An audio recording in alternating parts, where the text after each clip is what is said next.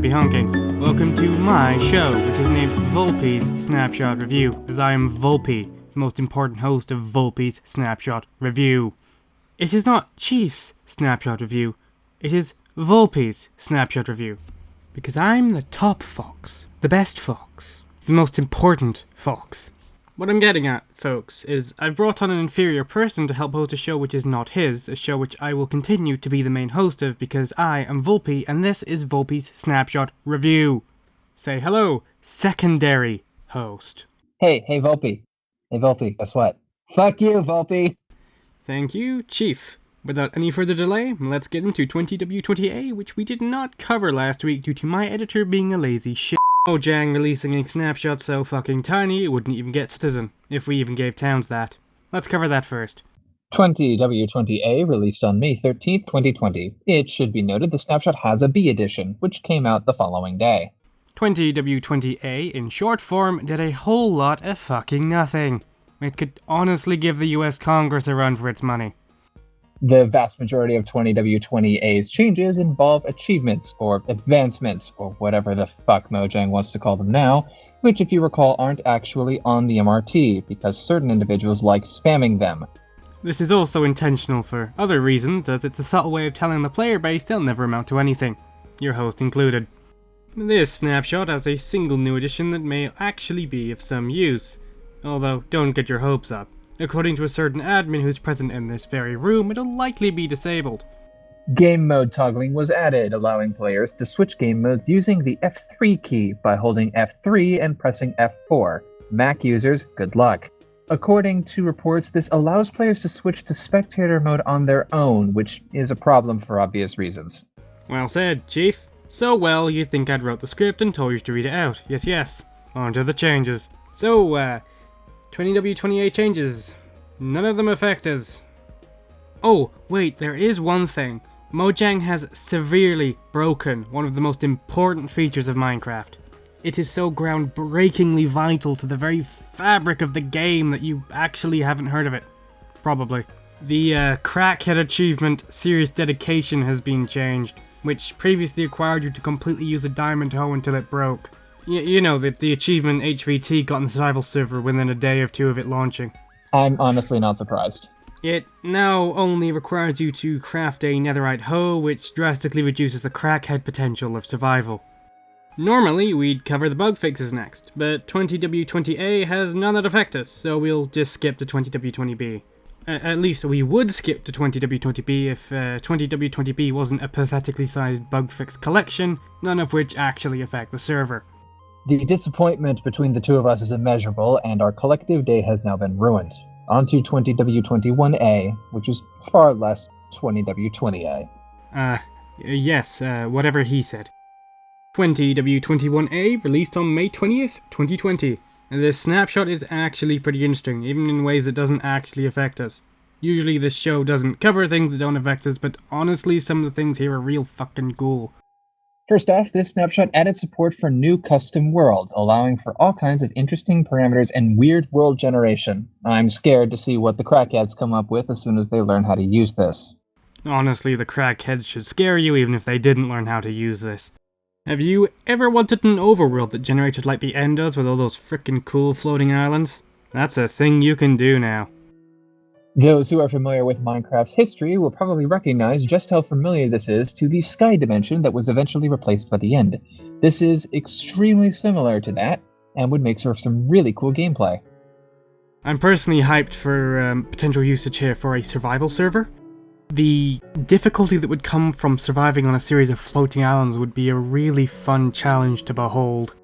Not to mention all the insane town designs that would likely stem from the challenges involved with such a terrain. Also, it would allow for me to Sparta kick random unsuspecting members into the void.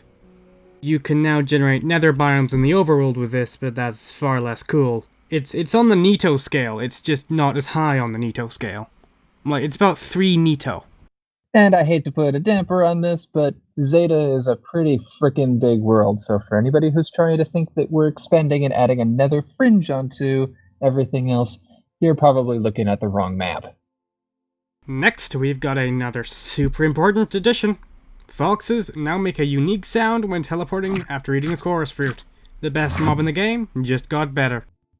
A bunch of changes to subtitles, which are largely irrelevant unless the frickin' station announcements project actually goes forward. Luckily, the changes section does bring some interesting things. Included in 20W21A was a potentially massive new change to redstone. Single isolated redstone can now be right-clicked, which changes it between a cross and a dot. This change is not only visual, but it actually affects how redstone works. Redstone in dot form does not power the surrounding blocks, but in cross form, it does. I do fear for MRT stations. This does include a new way for them to spontaneously break when fucked with. Not that I would ever fuck with them. It could allow for more efficiencies, though, and really cool new contraption designs. Sure, but you actually have to find an ad mod insane enough to touch the redstone to actually try and improve the damn fucking thing. Included with 20W21A is a new load screen featuring Mojang Studios' new logo design, which looks like they started going all back to, pixel art kind of thing, but then gave up and decided to put a proper circle in the letter O, which is inconsistent and bothers me. Honestly, I kinda dig it.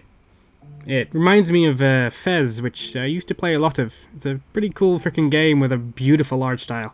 Plus, blaming Mojang Studios to just Mojang allows me to artificially lengthen the script, which justifies more ad time. They're still the same Swedish skullfucks, though, so good luck. With the rest of the changes not doing much aside from subtitle shenanigans, we'll be moving on to the bug fixes. 20W21A fixed 38 issues, 13 of which affect 1.15 and earlier. As usual, most of these bugs affect the server about as much as someone announcing new seaplane gates. However, some of these do have potential to cause a stir. First of these gates bugs is MC107103. This bug caused any attempts at interacting with an entity 3 or more blocks away without seeing its eyes to only be client-side. MC167076 was patched as well. This bug caused seagrass, tall seagrass, and sea pickles to not obscure direct sunlight when waterlogged. This resulted in peculiar underwater lighting that bugged me to high hell. MC18249 was tested on Blendtec's Will It Blend and was found to blend so well it fucking died. This bug caused carving masks to cause massive performance issues when saving. Reports show that carving masks were saved regardless of chunk status, causing massive amounts of needless lag when saving. This bug could be the driving factor behind the MRT's massive amounts of lag when saving. Chief, I'm actually kind of curious. Do you think this will help the MRT saving issue? I don't know. We're going to have to science it to figure it out for sure. Given the number of additional plugins and things that do things with the world save, I would hope so. Yeah, I hope so. The server is often downright unplayable when it's saving nowadays. We'll be back after a minute or two of ads, most likely including at least one instance of Mojang, no, not that one, yelling into the microphone. Turn your headset up.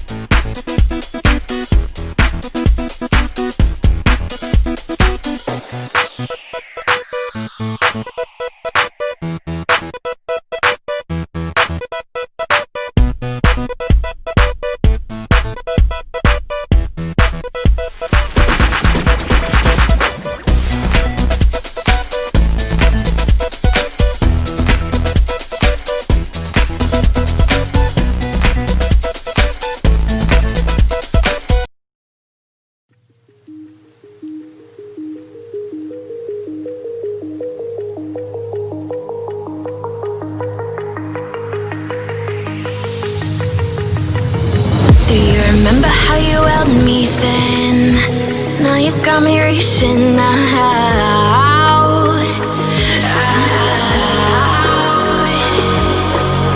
And do you see you got me falling in more times than I can get out.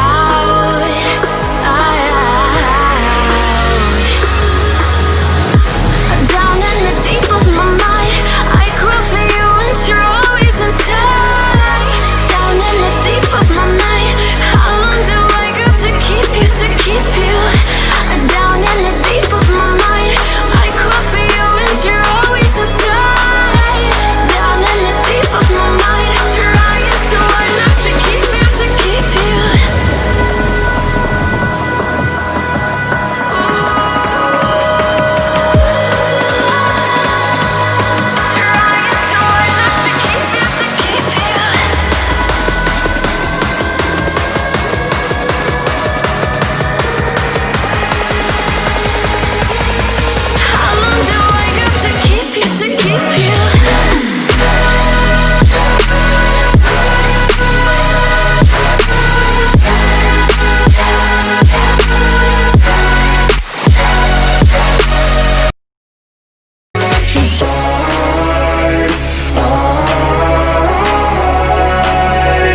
Electrified with you,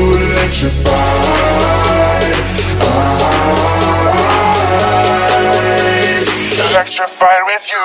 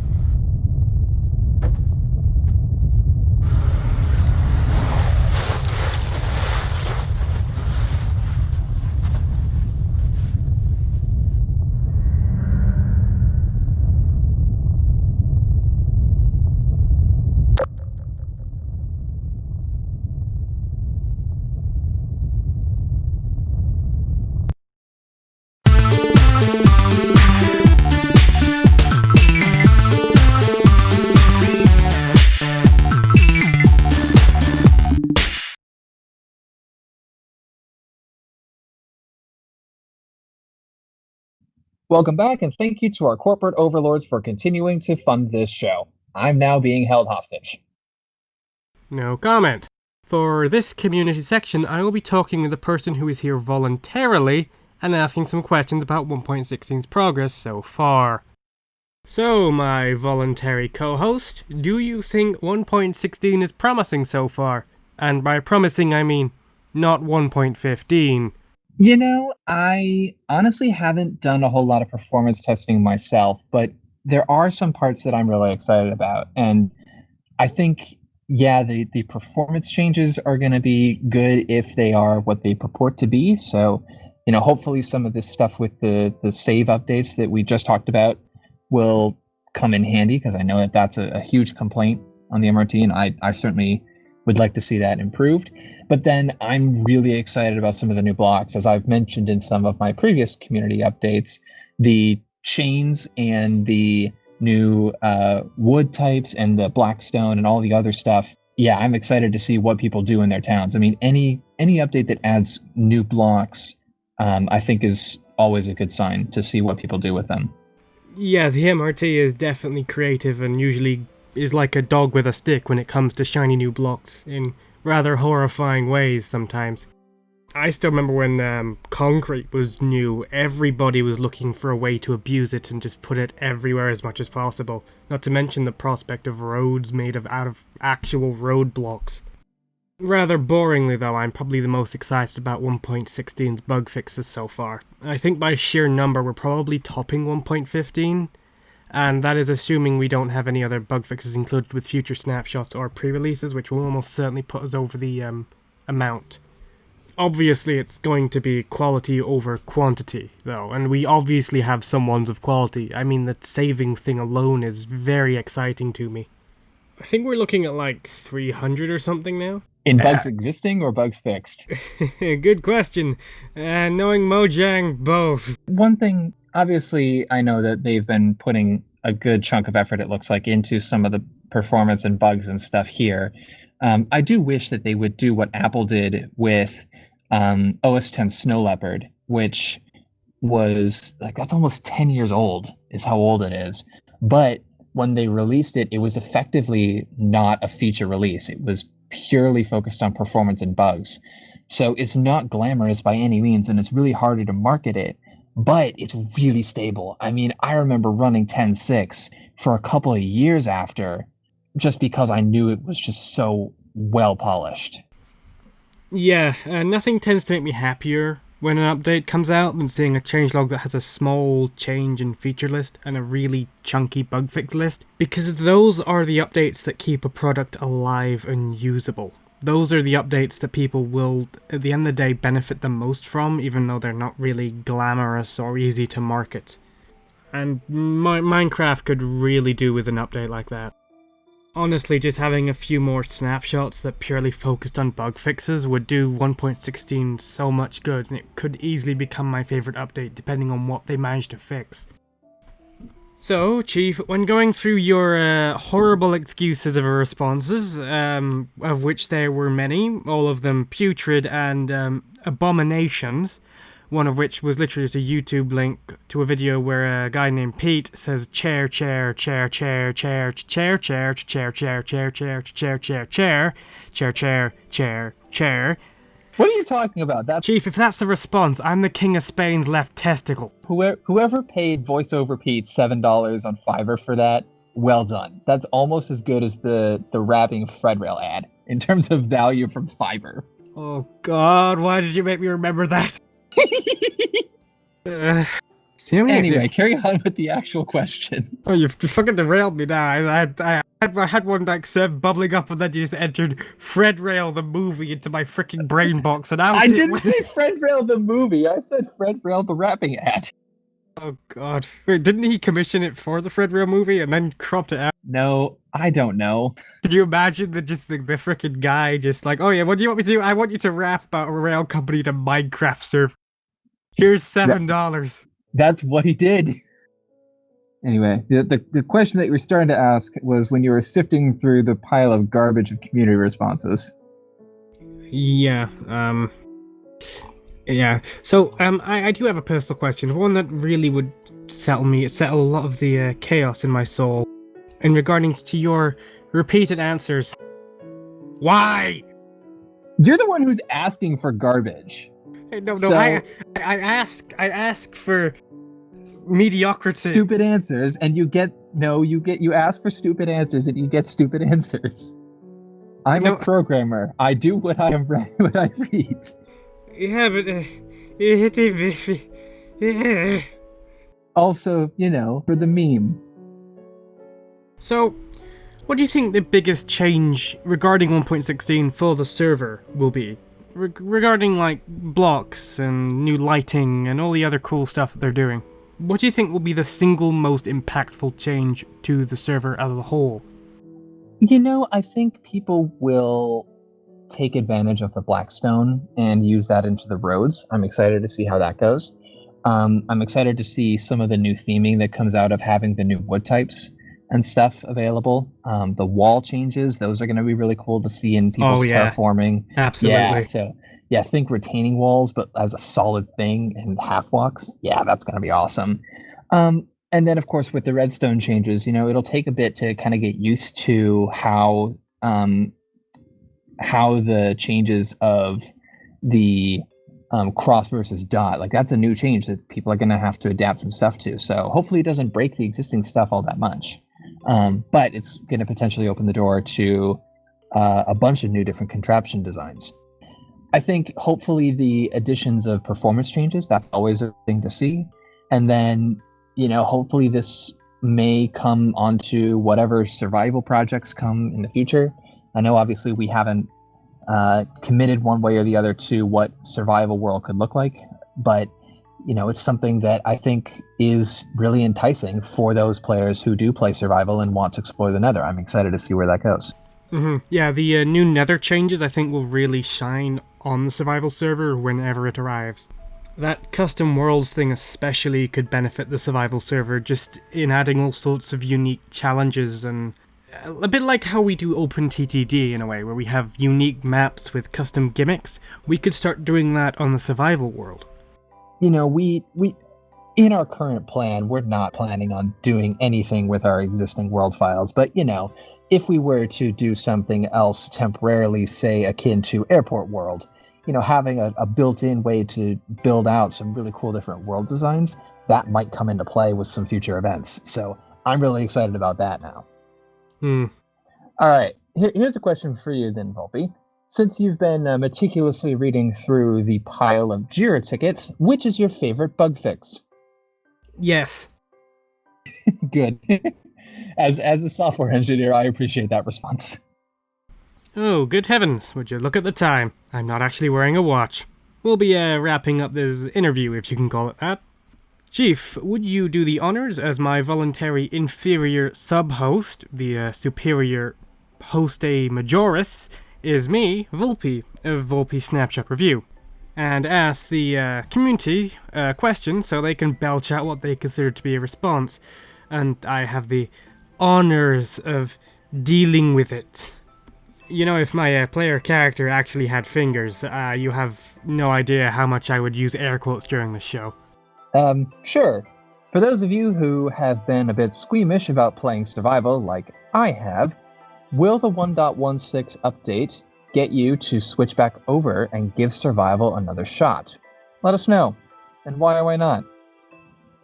Elite, give us a fucking answer this time.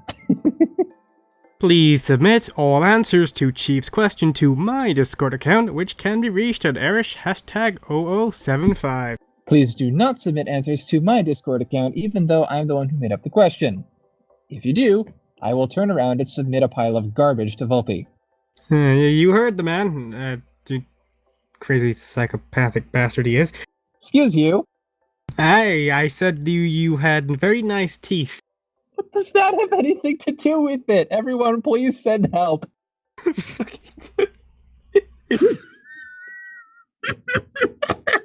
With that, we'll be wrapping up this episode. I'll see you all next week, should Mojang release another snapshot. Fox and Co. out.